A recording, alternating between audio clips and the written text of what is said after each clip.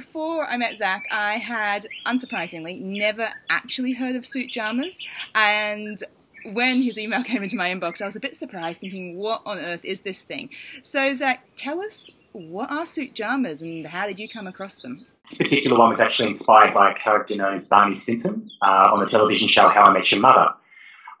So obviously he's a very popular character right now, and he wears this product on his show. And a lot of people all over the internet, as soon as they saw him wearing it, said to themselves, where can I get this product? I must have this product. But because they'd invented it just for the TV show, it didn't actually exist. I think lots of us have seen something on television, in a book, around, and thought, hey, wouldn't it be cool if, I made a version of that, or I did this with that? And very few people do it. So I'd really like to talk to you about, how did you go from that's an interesting idea to actually deciding to go ahead with it for your business? Well, look, as the internet's gotten a lot better over the last few years, it's really made the world a smaller place. It's now possible for absolutely anybody to make pretty much anything they'd like to, just sitting at their computer. All you need to do is think of the product that you think would be fun, log on to websites that list manufacturers and factories from all over the world, tell them what you'd like to make. They make a sample for you. You check it out, and if it's all good, you say, I'll have a few thousand. And then it's just a simple matter of placing on websites such as Amazon or eBay and seeing what sells. Fantastic. And was there anything that convinced you that this was going to be a good idea to go ahead with before you did that, or did you just go on a gut instinct and then make the order? Absolutely. Look, this is the primary difference between product-based small businesses and companies that do things such as services, is you do have to invest your money up front. So as a result, you need to be extra sure that it is something that people actually want to buy, and you're not going to end up with 1,000 products that nobody wants. The best way that I found to do this is there's two methods. Google has a lot of amazing tools that lets you actually see what everybody on the internet is searching for. So it's called Google Keywords and Google Insights. So in the case of Suitjamas, we didn't say to ourselves, hey, we like Suitjamas, let's make them. We've gone on to Google Keywords and said, what are people looking for? What do people want that doesn't exist in the world just yet? And Suitjamas was one of many options that came up. So we knew that it was a product that people already wanted because they were already searching for it. The next step was to create a Facebook fan page for the product and just to buy a lot of ads. And, you put in $50 worth of ads. It's a very small amount of money. And you see if people are actually willing to click on your ads. And if they do click on your ads, then they're willing to buy, and it's probably a safe bet to start manufacturing. So for $50 and a free Facebook fan page, we knew that we were definitely going to be able to sell this product, and even better, we were actually able to secure enough pre-orders that we were able to pay for half of the upfront manufacturing costs, which reduced it even further. I love that story. That's a very free-range story. How long did that take from going, I found this, let's start at the beginning. I'm looking for a product idea online to starting to test Suitjamas with the Google AdWords. How long did that take? Look, for us personally, it probably took about 6 months, but the only reason it took 6 months was this was my first company, so I was inventing a lot of stuff as I went and testing new things out. If you knew what you were doing and you went into it straight away, you could know for sure whether or not your product is going to sell in less than a week. Fantastic. And how long did you run the Google AdWords campaign for? We ran the Google Ads campaign for a week. If you want to play it extra safe, you can do it for 2 weeks. But usually a week I would recommend is the minimum length of time to let an ad run to see what the results are going to be. Now you're saying were you working with anyone right at the beginning when you were doing the research, or was it mostly you? I'd say it was mostly me. I'm very fortunate that I have a number of friends who are entrepreneurs themselves, so we're all able to kind of collaborate and interact with each other on our own different businesses.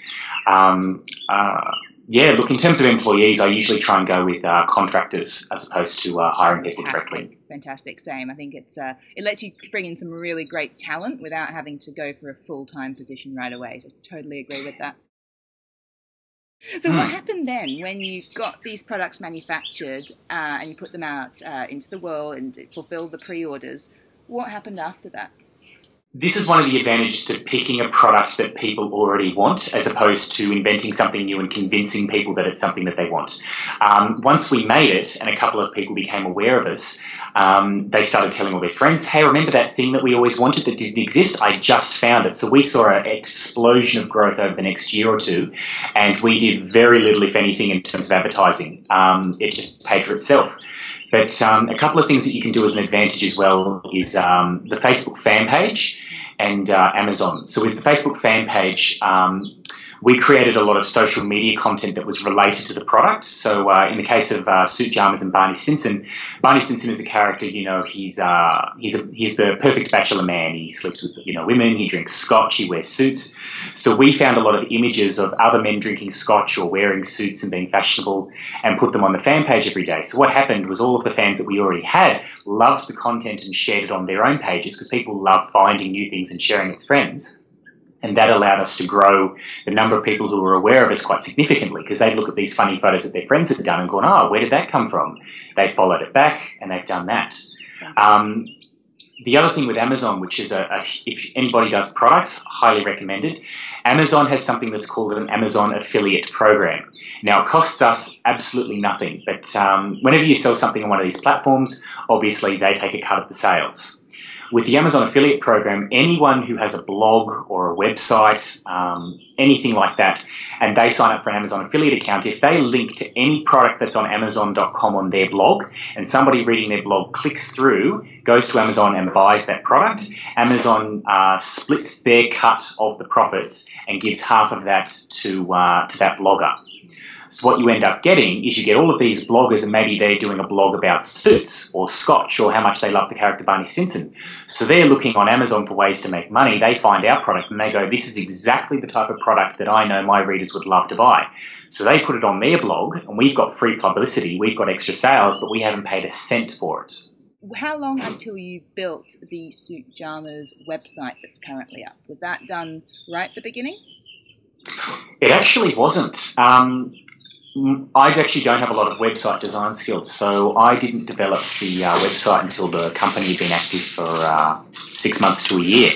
We just did everything on Amazon, eBay, and Facebook, sold directly on Facebook. So it was basically, I knew I had to make a website. It was on the to-do list to make a website, but, you got carried away, and it's not something you have to do.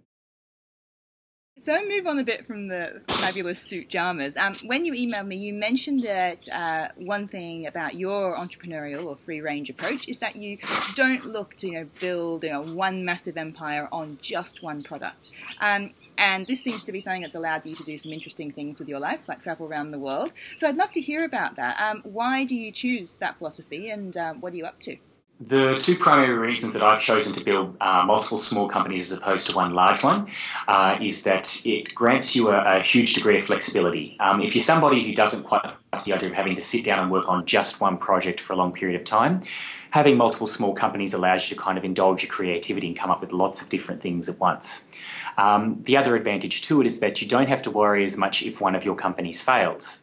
If sales drop in one particular area or that company just doesn't work out, you can cut it loose and you still have a number of other companies to draw income from. The other primary reason that I chose to build multiple small companies is that if you work on one large company, entrepreneurs will notice that it can take a couple of years before you can actually draw a profit from that company, sometimes as much as 1 or 2 years. And that can be a bit daunting, especially if you've quit your job to follow your passions.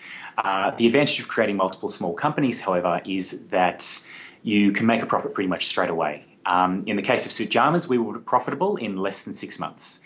Now, it is true that as a smaller company, the chances are lower that it's going to become that massive $10 million company that you can sell off in 3-5 years' time. But what I found is that if you've got 10, 12 smaller companies, for example, the combined income tends to match what those larger companies have, and there's a greater degree of security, and you've got more of your money up front. So, for me, that took a little bit of the stress off my attention.